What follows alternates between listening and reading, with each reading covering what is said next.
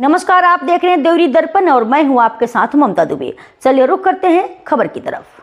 भाजपा कार्यालय अरौरा मिर्जापुर पर पहुंचने पर राज्य पिछड़ा आयोग उपाध्यक्ष राज्य मंत्री सोहन लाल श्रीमाली का हुआ जोरदार स्वागत।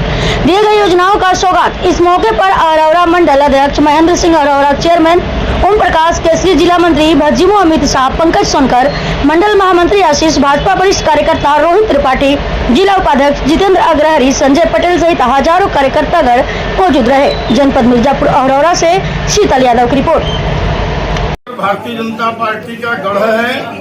भारतीय जनता पार्टी के यहाँ श्रेष्ठ कार्यकर्ताओं के द्वारा जो काम खड़ा किया गया है, उसी के बल पर आज भारतीय जनता पार्टी प्रदेश और देश में है। सौगात देने की बात जो है, तो मेरी जो जिम्मेदारी है वो पिछड़े समाज के कल्याण के लिए जो भी काम होगा, उनकी सुरक्षा के लिए, उनके सम्मान को बढ़ाने के लिए जो काम होगा, उसके लिए पिछड़ा आयोग काम करेगा। बाकी सौगात तो जो जनप्रतिनिधि होते हैं, सांसद विधायक होते हैं, जिनके पास निधि होता है, वह करते हैं। बाकी यहाँ के विकास के संबंध में यदि हमारे संज्ञान में कोई बात आएगी, हमको लिखित मिलेगा, तो मैं उस मंत्रालय से बात करके निश्चित रूप से यहाँ के कल्याण के लिए और यहाँ के विकास के लिए काम करूँगा। जैसा कि आपने बोला कि अरौरा बहुत पुराना क्षेत्र है और यहाँ पे आप पिछड़ों के नेता के रूप में उभर के आए हुए हैं।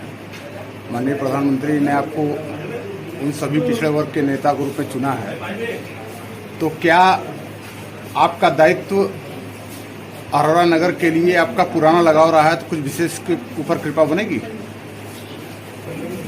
जो भी हमारे संज्ञान में आएगा अरौरा नगर के लिए, क्योंकि मैं पूरे उत्तर प्रदेश का हूँ, अरौरा से लगाव तो है ही है, तो जो भी हमारे संज्ञान में अरौरा नगर के लिए आएगा या अरौरा के कार्यकर्ताओं के विषय की जो जानकारी हमको मिलेगी, तो उसके लिए मैं पूरी तरह से तत्पर रहूँगा। जनपद का सबसे पुराना मार्केट होने के बाद भी यहाँ पे न तो तहसील है न तो ब्लॉक है, क्या कहना चाहेंगे आप?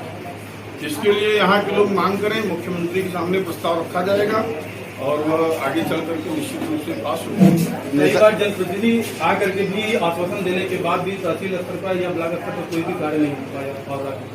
देखिए, जैसे जैसे जनसंख्या बढ़ रहा है, उसकी आवश्यकता अनुसार तहसील भी बन रहे हैं, जिले भी बन रहे हैं। धैर्य रखिए, इसकी भी और आवश्यकता है, इसका भी समय बदलेगा, अरौरा तहसील बनेगा। थोड़ा सा धैर्य रखिए, समय आने पर सब ठीक हो जाएगा। केंद्र सरकार और राज्य सरकार द्वारा जो योजनाएं चलाई जा रही है, उसके बावजूद भी बहुत कम सीटें आई है लोकसभा में, क्या कहना चाहते हैं? लोकसभा के चुनाव में एक झूठे लोगों का इतना बड़ा वायुमंडल खड़ा हुआ, राजनीतिक विपक्षियों ने इस प्रकार का एक वातावरण बनाया कि पिछड़ों का आरक्षण खत्म कर दिया जाएगा, हमारी सरकार आएगी तो हम 1 लाख रुपए खाता में डालना शुरू करेंगे, खटाखट डालना शुरू करेंगे। आरक्षण खत्म करने का एक जो वातावरण बनाया गया, राम मंदिर के बारे में जो वातावरण बनाया गया और खातों में पैसा भेजने का जो वातावरण बनाया गया, यह एक झूठा जो वायुमंडल बनाया गया पूरे देश भर में, वह पिछड़े समाज के लोग भ्रमित हो गए।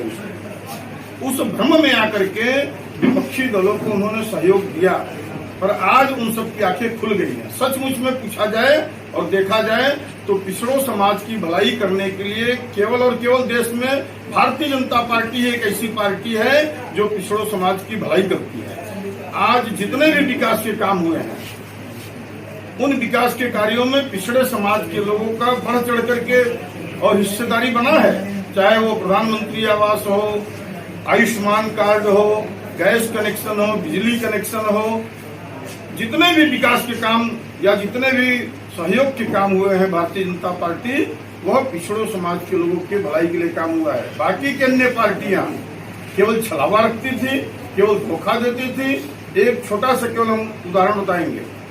देश के प्रधानमंत्री थे राजीव गांधी जी। राजीव गांधी जी ने कहा कि मैं 100 रुपए यदि अरौरा में विकास के लिए भेजता हूं, तो अरौरा पहुंचते पहुंचते उस लाइन में भेजे गए 100 रुपए में से 15 रुपए केवल पहुंचता है।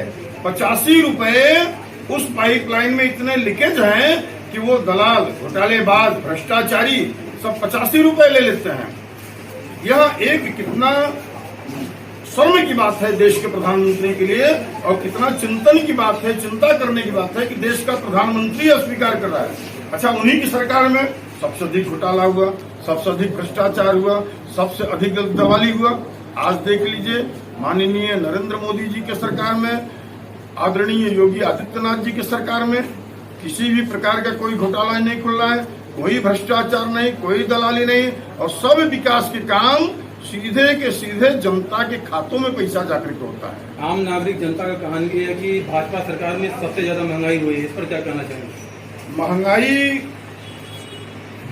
की जो बात है, पूरे विश्व स्तर पर जो स्थिति बनी हुई है, और आज जो विकास के काम हो रहे हैं, सड़कें अच्छे बन रही हैं, बसें, ट्रेनें, सारी चीजें जो अच्छी चल रही हैं, उसमें कहीं न कहीं भारत से अधिक महंगाई तो अन्य देशों में है। भारत ने तो कंट्रोल किया है, अन्य देशों में तो उनके देश में विपन्नता की इतनी बड़ी स्थिति आ गई है, आर्थिक स्थिति इतना डामाडोल हो गया है कि वह देश ही और खत्म होने की स्थिति में आ गए हैं। इतना बड़ा कोरोना का काल चला, कोरोना के काल में कई देश अपने देश के लोगों को मरने के लिए छोड़ दिए, पर भारत ही एक ऐसा देश था अपने देश को 2020 से लेकर के आज तक अन्न घरों में भेज रहा है।